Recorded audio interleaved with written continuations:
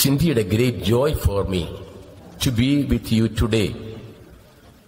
When I see all of you wearing this badge of Mission League and making this rally, my thoughts were going back to those days when I was also very actively participating in the Cherushpa Mission League. I need not explain to you what are the motives or what are the principles of Mission League. You all know that. Mission League was established in 1947, inaugurated by our late Bishop, Mar Thomas Tharayil of Kottayam Diocese, inaugurated in Bharanangana.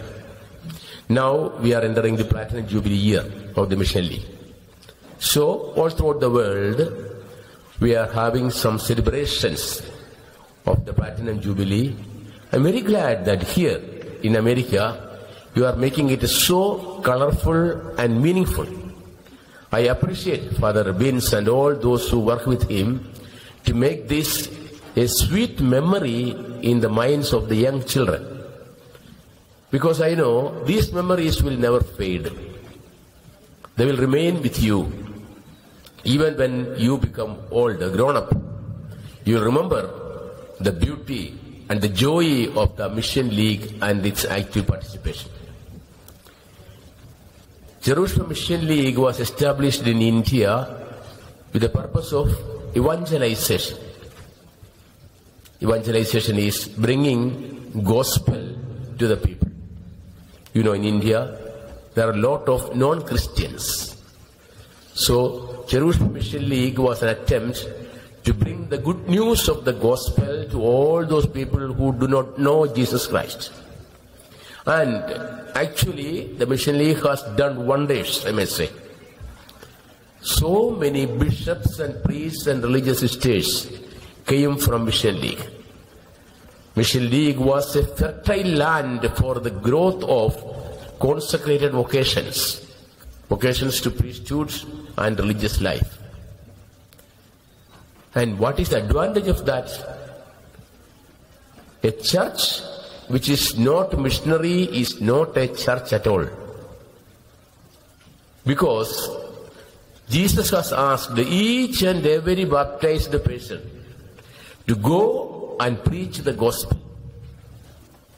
So, missionary activity is so essential for the church that the church cannot forget it or ignore it.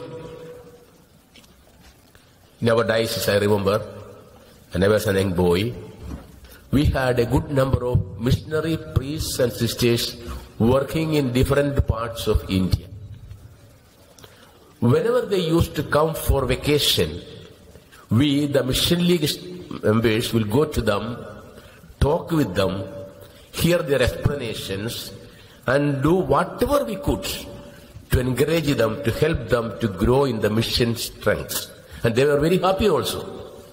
Those missionaries at the time, they were very, very happy because the young children were showing so much interest in the missions. And you know what all things we did? We were not so rich as now, but with whatever we had, we used to help the missions. Mission League was so committed to help the missions in all possible ways. We would go around in different homes, collect whatever they give, and use all of it to help the missions. And the greatest advantage of this was the church was living a real missionary zeal, a real missionary enthusiasm. We had it. And that was the real result. And later, I must say now, that has really gone down a little. The occasions to mission occasions, missionary activity, missionary life, etc. was little slowing down. And what happens? The church will suffer from that. When the missionary activity is alive, the church is alive. It is like breathing. Our Holy Father, Pope Francis, has told us. It is like breathing. You know, when you breathe, you take air inside. Then you give out that air. Again you take new air. If you keep the air inside, then you cannot breathe any further. And what happens? If you don't breathe, what happens? You will die. That is the life with the church also. The church receives the Holy Spirit, and then she should give this Holy Spirit, the life of Christ, to other people. When we give it to other people, more and more life of Christ will come inside, and we become more energetic, enthusiastic missionaries. That is why the Pope says, when a church is no missionary, it will die. Church will live only as far as it is a missionary.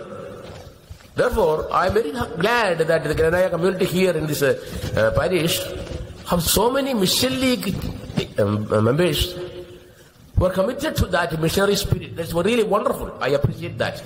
All of you who are working behind that really deserve appreciation, because it is the life of the church that is growing. With each individual growing in the missionary zeal, the life of the church is getting strengthened and strengthened, and it will produce much fruit everywhere in the world. Now in Kottayam, we are from Kottayam. In the Kottayam Archdiocese, Archbishop Kyriakos Kundasheri had established a society, Missionary Society of St. Pius X. You know, Pius X was the bishop who granted us the Kottayam Vicariate, Kottayam Diocese. So he started the Missionary Society of Priests for encouraging and supporting the missionary activities of the diocese. Now, since 2 years, we have decided the priests who are coming up, ordained priests, those young people who become priests from Missionary Society, they are now being sent to missions. And I'm very glad to say, these days before I was coming to America, I had a chance to talk with those missionary priests working in Punjab. Now the Missionary Society is working in Punjab. They were so happy and enthusiastic about the mission work they are doing. They were ready to do whatever is possible for the mission work. And when they came to the parishes and explained to the people what they are doing, the people were also moved, and they also offered, we shall be with you, we shall help you. That is what they said. So I think this is one thing which we have to nurture and develop, because without the missionary spirit glowing in the church will not be able to give real testimony to Christ and His gospel. Today you have the picture of mother of Guadalupe. She is the patron of North America, I know. You know very well. At that time, around 500 years back, she appeared there, she showed a miracle, and she could convert so many people to Christianity. America could become Christian because of that wonderful intervention of Blessed Mother. When we celebrate that feast, we should remember, today also we have to take up that missionary seal, missionary work, by giving Christian witnessing, Christian testimony to others. At that time, there were no Christians here in America, but because of this apparition of the Mother and the working of the priest institutes, etc., there were so many Christians here. Now what happens? Now many Christians are going back. They are not really living the Christian spirit. Now what we have to do is, we have to re-evangelize. How to re-evangelize? We have to re-evangelize others, bringing the values of the gospel to those people. Then they will know, oh, these are good things. Very often, people don't understand how rich and beautiful the gospel is. That we have to learn, we have to understand, we have to experience, and then share it with others. That is the re-evangelization. The church asks us, go and have the re-evangelization. People who had received faith but could not keep it up. They are lonely, they are isolated, they are in so much depression and trouble. Help them with the light of the gospel. Encourage them with the faith of the disciples. Encourage them with the hope of Christian life. That is what we have to do. So, my dear children, I have so many memories coming. I don't want to prolong too much. Anyhow, I am very happy that Mission League is taking roots here strongly and beautifully. That's nice. you people, members of the Mission League, as the founders of this Jerusalem Mission League in America, have a very great responsibility to make it stronger. As the Mission League becomes stronger, the church will grow stronger. And as the Mission League works very well, the gospel will be going to every people there. And everybody will come back to the gospel and enjoy the richness of the gospel. So you have to do. One thing I want to say is, the main purpose of Mission League is evangelization. Sometimes some people say, we will do some charity. That is good. But evangelization, the word of God, preaching the word of God, that is the main theme, main purpose of Mission League. That you should not forget. So we have to preach the gospel to others through different means. Of course, through prayer, first of all. You know very well, a missionary really begins with the prayer. Jesus himself has asked us, pray for the vocations. So you have to pray for the vocations, and the result will be astonishing, of course.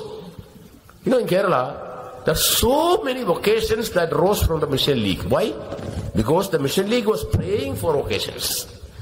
Consecrated vocations, priests and religious, and we are having so many.